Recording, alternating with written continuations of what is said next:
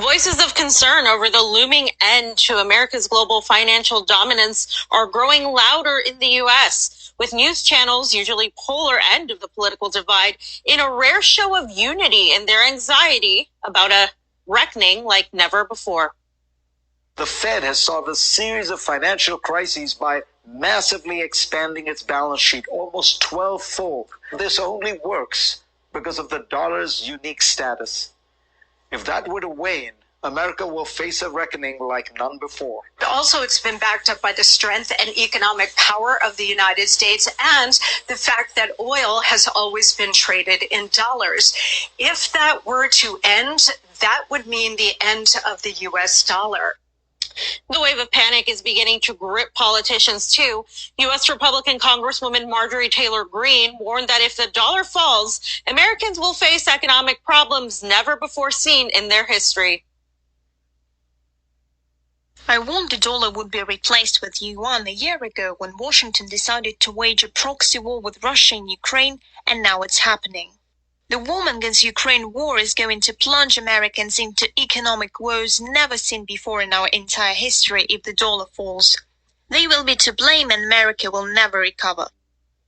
Earlier, my colleague Nikki Aaron spoke to a panel of guests about the consequences of the fall of America's global financial dominance. Well, the sanctions gave it a big boost forward. I think the idea was already in the heads of certain leaders because of the buildup in American debt to the rest of the world due to the large American trade deficit. We can see the two things working: the abuse of the dollar as the world reserve currency and the continuing American trade deficits. Xi Jinping was recently in Moscow for a meeting with the Russian leader. They talked extensively about strengthening the economic ties between China and Russia. How much of a big deal is this development for the global economy? I think it is a historic moment. Some of us have been pointing out that with the illegal seizure of foreign exchange reserves of sovereign nations within the dollar system, that was a big warning to other sovereign nations to be careful and not keep their precious wealth stored up through exports and hard-earned, work in US dollars. And that, of course, ultimately what is likely to damage the US dollar. But you need an alternative, and that's where the US for a long time has felt quite confident. There is no alternative. The world currency is the US dollar.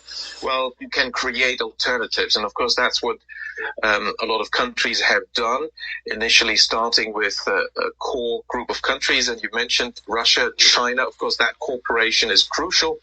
But there is, the bigger group, the BRICS countries, and more countries are joining the BRICS countries.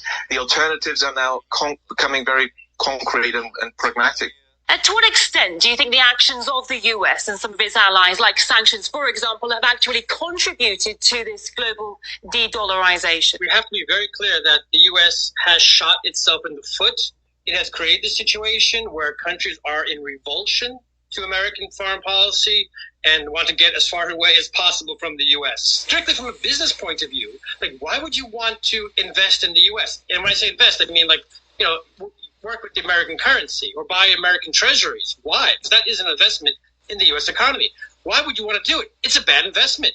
Again, the U.S. is a very destructive geopolitical actor, and it's a very carefree, wanton, licentious financial actor. So it's actually a horrible bet, the U.S. We see that the U.S. is unrepentant. Absolutely unrepentant. I had this hope, this naive hope that after we pulled out of Afghanistan, that maybe we're going to be finally a constructive actor in the international arena. And then, of course, what do? They start the war in Ukraine. The U.S. is hopeless. I'm sad, very sorry to say that, but pretty much a hopeless case. And I welcome the rise of new blocs across the globe. That would be great for the global economy. Voice. You are now being tuned in to the coolest of the cool, the Cooley Cool Show. We rock it from here to throughout the cosmos, and yes, even the observable universe.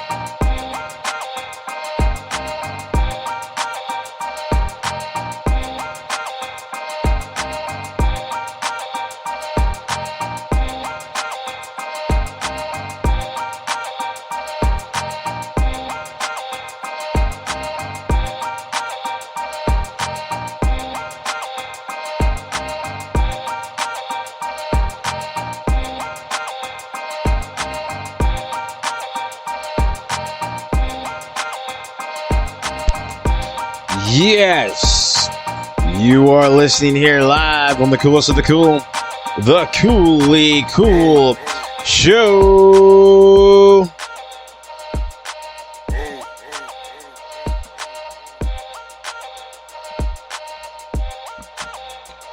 Yes, you're listening here live with the coolest of the cool, the Coolly Cool Show, kicking it here on this Hump Day Wednesday. Humpty Dumpty sat on a wall. Humpty Dumpty had a great fall. Yes, we rocking from coast to coast, north to south, and yes, maybe even in Antarctica. And if you're in Antarctica, let us know whether or not there's some trickery in the market going on down there. And if you have done so already, be sure to follow and like and subscribe to us on our other social media platforms. You can follow me on my YouTube channel and TikTok channel, both labeled The Coolly Cool Show. You can also follow my Twitter account at CoollyCool2412. You can also follow me on my Instagram page at Brent_the_champ. And if you miss any episodes here, you want to listen to some previous episodes of mine here on the Coolest of the Cool, go ahead to iHeartRadio, Spotify, Google Podcasts, and Spreaker.com.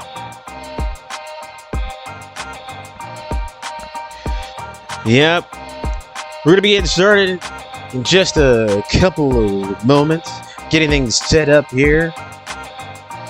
Yeah, we got a kind of an interesting topic of discussion.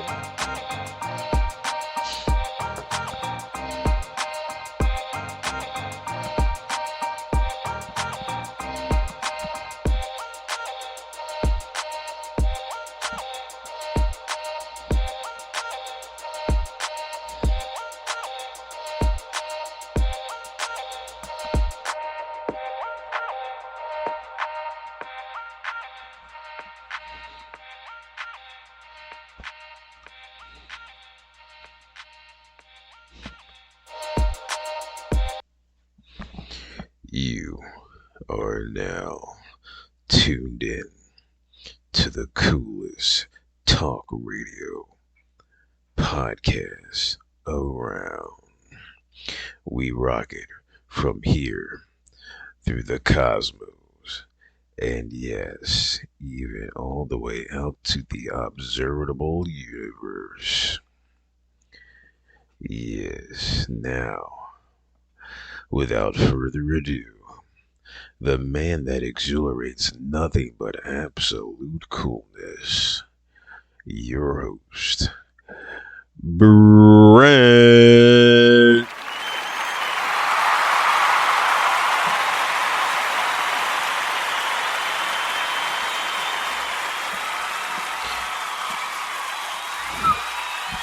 Oh, thank you. Thank you for tuning in here to the Coolest of the Cool, the Coolly Cool Show with your host, Brent, kicking it here on this Wednesday night. Yep. I'd like to thank each and every one of you for tuning in. If this is your first time listening here to the Coolest of the Cool, trust me, you're going to have your mind blown, mind spinning. And if you're returning to all my great listeners, all two of you, say thank you. We're going to keep rocking it all the way. We're going to rock the science on this, baby. So the topic of discussion, if you don't already know the title of this episode of my podcast, it is The Money War or Massive Deception. Now, in news, if you've been following the news, they're trying to stir up some scary craziness, as always, from the media. The news media outlets all the time have to try to stir up some crazy ass fucking just things. They try to make things much more grander on we're in a crisis situation. It's going down. It's just a matter of time. Okay. If you have not already known, apparently, they're talking about, as far as this little introduction that I had, the little video feed, basically they're talking about that the US dollar is going to be superseded by the yen, and that's the currency out of China, and that the US is going to fall under the wayside because the US dollar isn't going to amount to anything anymore. That's what they're saying. That's what these so-called scholars individuals are saying in the media, talking bad about the United States. That's what they're doing. They're trying to talk down to get people to fear of shit that, it's going down. It's going to make us all worry about the U.S. dollar. We're not going to be tough. Trust me. They're saying this and they're talking about, the banks, this, that. They tried to go along with the banks as far as, there's a banking situation. And now they're going to say, now that China is going to probably supersede and be the number one currency, as all of China has signed, with other certain countries that would suggest that they're going to use China's, currency, the yen, their currency for trade and all that other stuff. Now, I just have one little thing to say in reference to that. And the thing is, if you got the list of countries as far as what China and them have decided to, use as currency, money, every one of those countries that have signed, I guess, are so-called, or they're saying on the news outlets that China has, gone with, we're going to use your currency. Every last one of those countries are non-ally countries of the United States. So, they're not part of an alliance. They're not part of the allies, not friends with the United States. All those other countries that apparently, which I think is probably like 4 or 5 right now, I guess, that they're saying that China or them countries that plan on doing, they're all, they're countries that the United States and other allies don't find too fond of them. So you have a bunch of crazed, so-called experts and so-called, scholarly scholars trying to suggest something and trying to make some shit out of nothing. Because, once again, as I always say on my podcast, on my show, it is always filled with the hungry minds of those who don't really give a shit about anyone else but the almighty dollar billio. It's all about the money. And trust me, they don't give a damn. It's not affecting them. And this is a way you can actually, let's put it this way. I love giving examples. Like these individuals that are saying this, oh my God, America's in trouble. They're going to be using the yen currency, American. Like the guy in the last clip of that video that I showed the introduction, he was really getting on my nerves because he's a fucking loser. And he's trying to say bad shit about the United States and to try to promote bad shit. You have to understand that certain minds, certain people's agendas, certain people's things want to fuel fucking controversy, conflict, to get people stir crazy. Now, another way you can actually find out, what's really going down? Is anything going to come about this? Just China doing it. Let's just go over a little bit of a kind of stuff that you can point out for yourself and that you can kind of observe and you can see. So, for one, the politicians here in this country are obviously making six figures, making millions of dollars.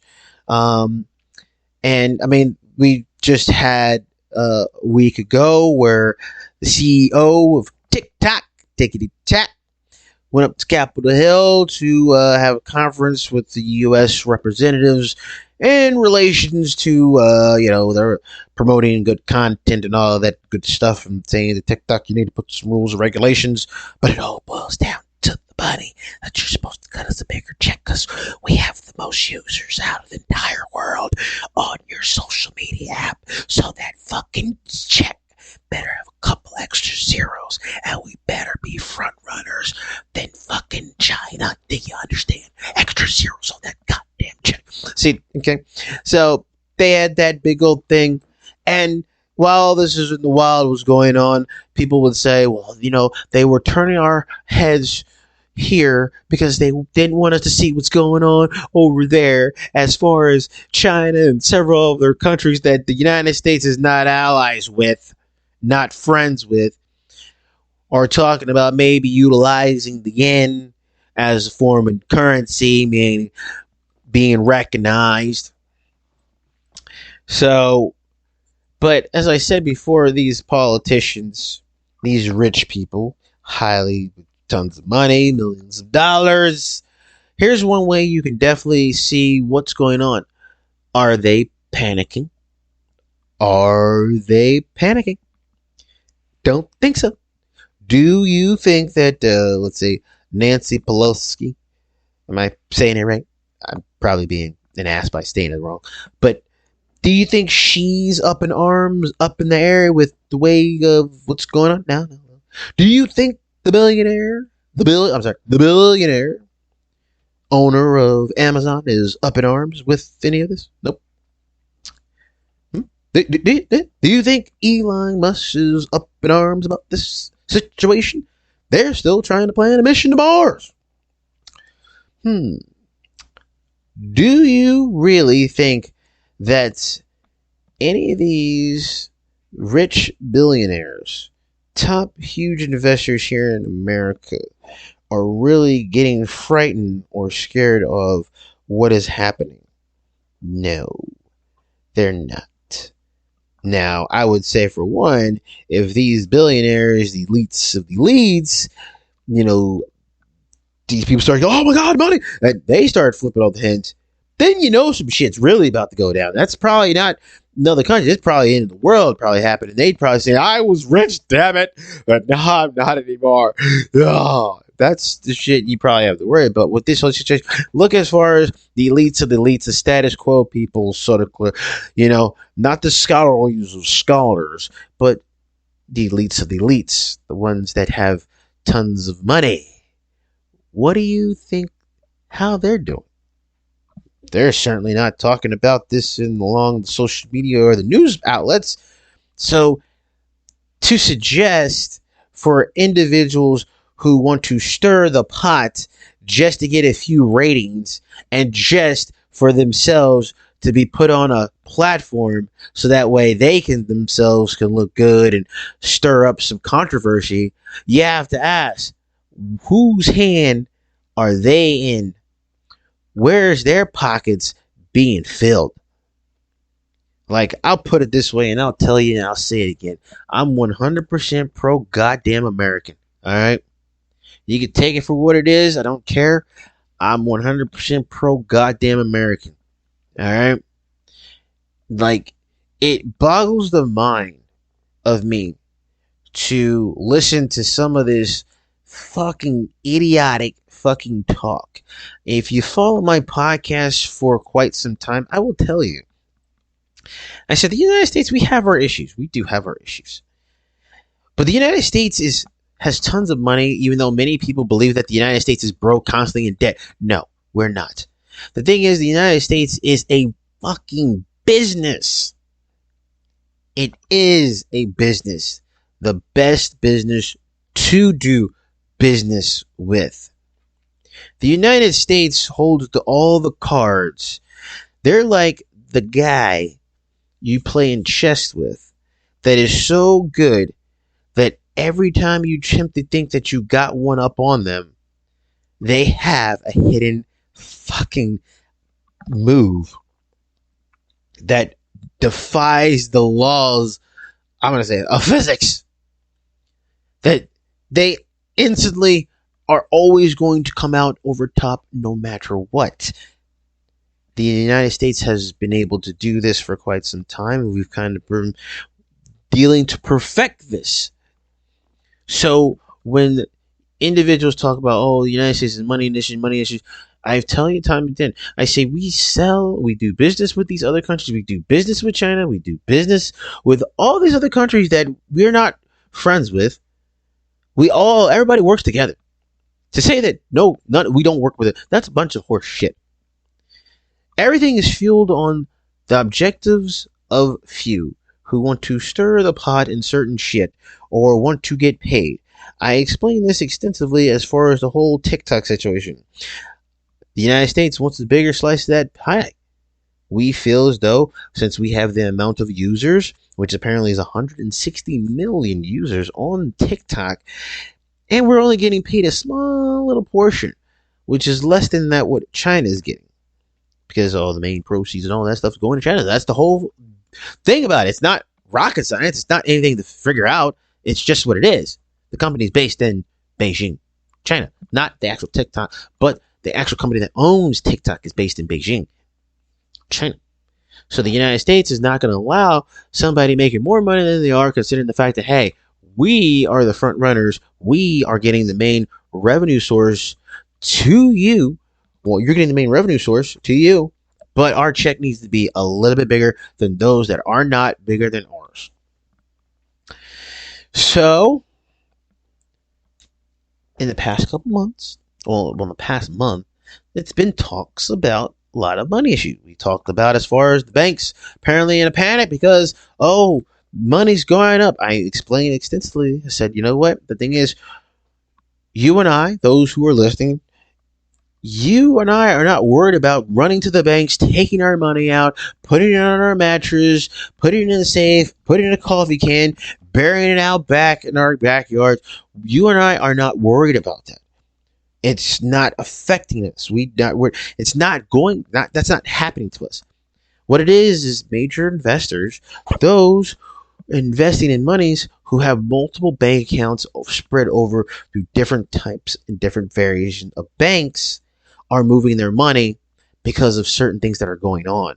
Now, people say, it's because, China's. No, there is just a certain way a lot of these rich people tend to do things so that way they don't lose their money. They like to stay rich. The rich are going to want to stay rich, and they don't want to lose a nickel or a dime of their millions and millions and millions of billions of dollars. So they'll just keep moving their money into different accounts, different things of that nature, taking it in and out, which, like I said, you and I pretty much, if we were to do that at our level, we'd probably be hit with something that says you can't do that. As I said before, if you wanted to go to the bank right now and say, hey, I want to take all my money out of the bank now, I'm taking it out, you cannot do that. Bank is not going to have all your money there at any bank to say, yeah, we're going to give you all your money so you can take. That doesn't happen. And there will be a whole bunch of penalties associated with that and fees that you have to pay back to the bank. Kind of funny, isn't it? So, touched on that, where they're talking about that situation. Then they talk about some other situation as far as, oh, now everybody's, China's, they're going to use the main currency. You have news media outlets that are trying to spill this whole fucking thing. I get so irritated sometimes just even wanting to talk about this, because the way people think, they're like, well, you just don't understand the whole complexity of the economy and the way things work. It's easy, parcheesi, okay? It's not going to be as far as down to the nickel dime, the first numbers and the digits and the decimal points behind it. But I'm telling you, as far as the whole logical thinking aspect behind it, it's a very, very easy, simple thing to grasp. I'm not talking about the numbers, the calculations, the mathematics. I'm not talking about that. I'm talking about the overall thought process. And the overall thought process is that, let's just figure, we're seeing a lot of this, a lot of talk, a lot of people are on social media putting their videos, and they're talking about, oh, the United States is going to do this, and the United States can't do this and that. The United States has no ability to do this. We're doomed. It's, Rome ruled for 300 years, and they end up falling. And then they say, oh my God, every major thing comes to an end, and this and that.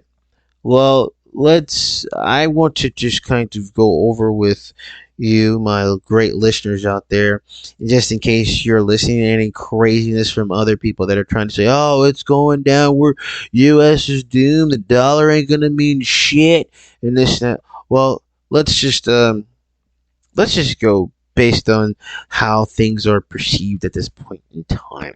All right? And a lot of people talking about World War III is going to happen, because apparently the Pentagon and those generals up there have suggested a proposal for extra additional billions of dollars to go to war with China. It's all a proxy, because they have to put on a good show too. We have to put on a good show. We have to show our might, show our toughness, to say, hey, we have the money to go to war. Think about it. Why would you publicize by saying how much money that you would need in order to go in conflict with another country? When another country is trying to say you don't have shit, you don't have no money. You come back and say, nah, motherfucker, I got plenty of money. What the fuck you talking about? It's this regular old type of street shit that's going on. It's just played at the highest fucking level right now. It's the same shit, all right? It's the same shit that you would see at the lower as you are seeing now be played at the high echelon. All right. Obviously, U.S. has to come back and say, we got fucking money. What the fuck you keep talking about? We don't have money. Look, I'll put 30-some billion stacks, and we will go head up with them. Look, we're only saying that because we want to tell people we got money, but we're tired of these motherfuckers over here talking to say our shit's fucked up and we don't have money. The United States is not going to be one to lay all their cards on the fucking deck. It's not. That's not what we do. The United States has never been that way. We keep our shit fucking hidden. We have our own issues, but trust me, we keep our shit hidden all the fucking time. Now, just to break it down to you, the United States has 750 bases in about some 80 countries and colonies around the world, which is the more bases than any other nation, empire, or people in history. So basically, the United States has bases all over the fucking world. All over the world. Now, let's put a little perspective. The United States has that many bases. You would have to have tons of money in order to keep that up and running, and to pay your personnel, the military people, and to pay, obviously, civilians to maintain it as well with all this. Okay. So, and the infrastructure. Okay. We got, okay. And then we all want to talk about how China's coming up and they're big and bad and they're holding themselves. But China has only one military base, and that apparently is in Dubai, I think. And they're like just the Horn of Africa, somewhere around there. But they say that China has a lot of money to leverage to build certain infrastructure projects in those number of other countries. They haven't really done it, but they secretly probably have been doing it. But it's nothing that the United States has not been keeping a firm eye and grasp on. Like I said, we've been kind of perfecting this ever since the end of World War II, which the United States had made a promise to ourselves to never trust shit over in the country in Europe and the Asian side, because that is pretty much where a lot of the world's problems have originated from. Now, you may not be hearing me on this, but I hope you're hearing me on this. A lot of the world's problems have originated from that big old continent that's connected with, it's the European side and the Asian continent and the Russian side. A lot of pretty much the world's biggest problems and issues have originated from that big old continent area over there. All right? A lot of it's been originated from there. All right?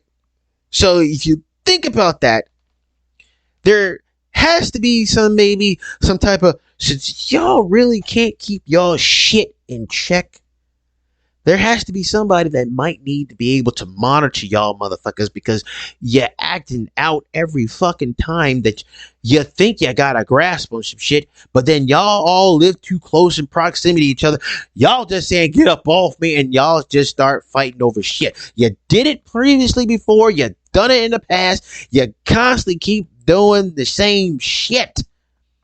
Think about it. All these countries nitpictorial, I'm tongue-tied, are so closely knit together. They all stir up shit together. So the United States is very different and very unique, because technically the United States has came a very, very long way. I mean, at this point in time, people think that the United States, and everybody's like, oh, there's going to be a red dome that happens. You're going to see looking out of the sky. And it's gonna... Well, listen. The world has pretty much moved on from trying to conquer people's territories and trying to establish it as their own. The United States itself, I think it's like 1 in every 5 families or 1 in every 10 households has some type of form of firearm, weaponry to protect themselves. And that doesn't serve a good purpose for another country to come over here to say, y'all is now going to follow the way of this regime of socialism, of communism. It's not going to happen. Hell, the American people here don't follow that fucking rules as it is. But we still abide by them. We just walk a thin line on it. Do you really think that the American citizens would fucking bow down to a foreign adversary than the way that they do things? Because as we talk down and you see in the media, and people keep saying the United States is a capitalist country, and those other countries that though we're talking about are a communist and socialist country. So basically, you as a person don't have any rights. You as a person are still being told what to do, how to think, and what not to do. Granted, the United States is a freedom country. You have the right to do certain things to an extent. But, you know, people like to put it past, because people love to hate the United States. They just love to hate. You ever think about it? It's always, let's say, people love to just hate the people that are always constantly excelling at things. And the United States is excelling continuously. Like I said, we have issues here in the United States. But trust me, we excel in a lot of things. 750 U.S. bases around the world.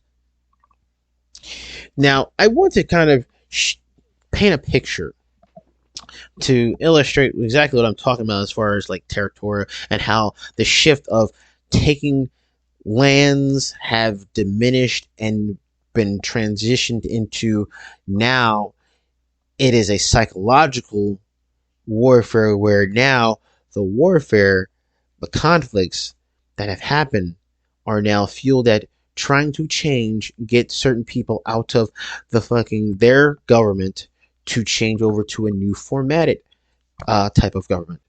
Now, let's just look here. I'm just going to break it down. The French and Indian War was from 17. So I think this is pretty much from the U.S.'s involvement. But now the United States wasn't there.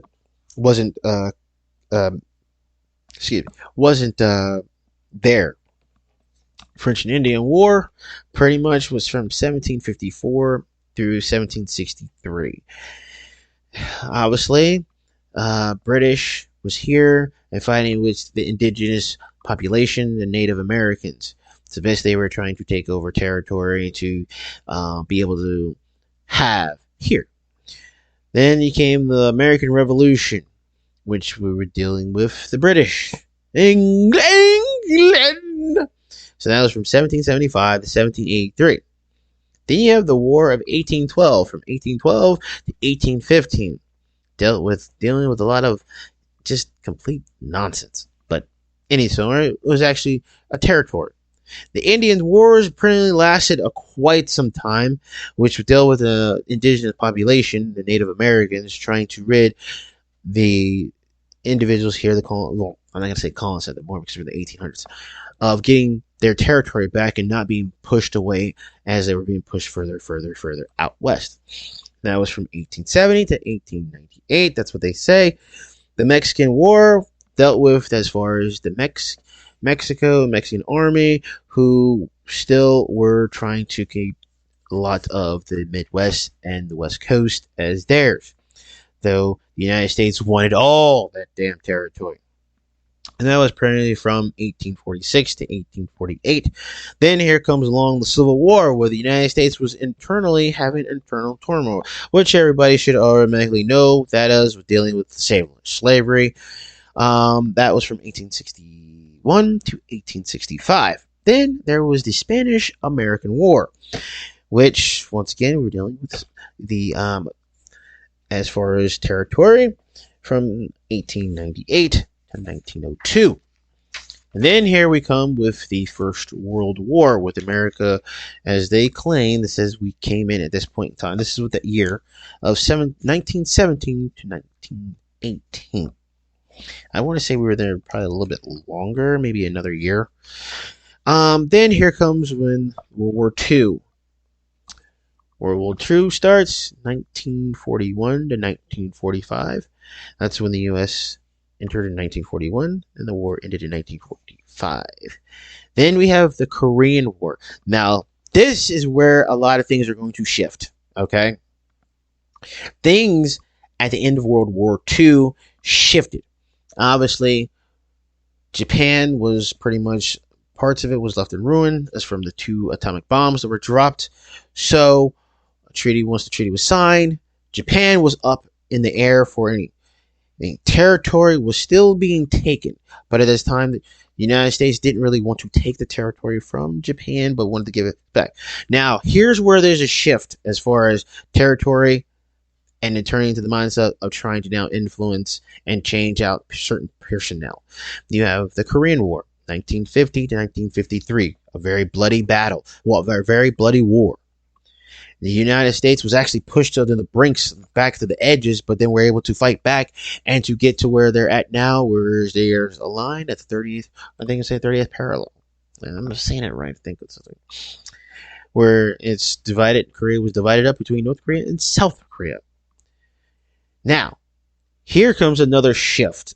The Vietnam War, 1964 to 1975, 19-year war, where this was more psychological as far as trying to influence certain aspects of what kinds of government are people to be in charge to lead that country. No longer was it saying, hey, we're taking this country over and we are now in charge.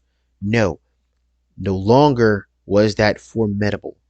No longer was it needed. At this time, it was to say, you know what? We learned, as far as you do your history, Roman Empire ruled for many, many hundreds of years. As the hundreds of years that they ruled, they expanded to pretty much the extent. It was pretty far. I mean, they extent, but they couldn't really keep hold of it because there was a lot of internal turmoil of stuff that they had within. And then there was other people from outside that were trying to take over and this and that. So this is where when the Romans ended up kind of falling as a result from not being able to hold off on contain what they had. The U.S. kind of is now figure, well, why continue to keep taking over territory when we could possibly influence those and put those we want in power in those countries to work well for us? Light bulb should go off. A very light bulb should go off. Recently, about just a year and a half, 2 years? About a year and a half. What just recently happened in Afghanistan? The U.S. left Afghanistan. Am I correct?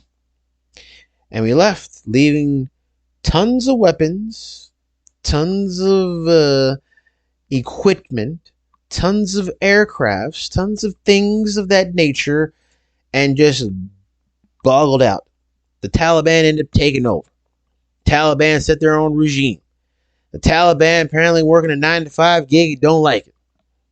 They want to go back on the whole thing of just doing terrorist stuff. Apparently, that's what I read in an article.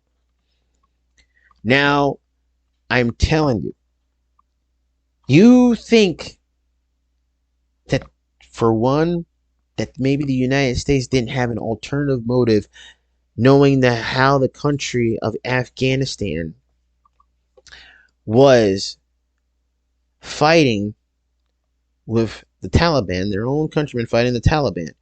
You don't think the United States wouldn't have had kind of a way of instilling certain people to try to take over, but then realizing, you know what? We know that their government is having such a hard problem withstanding and not being corrupt or whatever, that they figure, well, the Taliban might be a little bit more structured, but in the same sense, what if we were to give them certain commodities and then call upon them later down the road? I mean, and then those individuals who are in charge of that are now kind of almost going to have to pay what they owe in return for something that might come down the line later on. And if you're not tracking what I'm saying, I'm just going to put this very simple. We left a ton of equipment, tons and tons of equipment in Afghanistan. Just for what?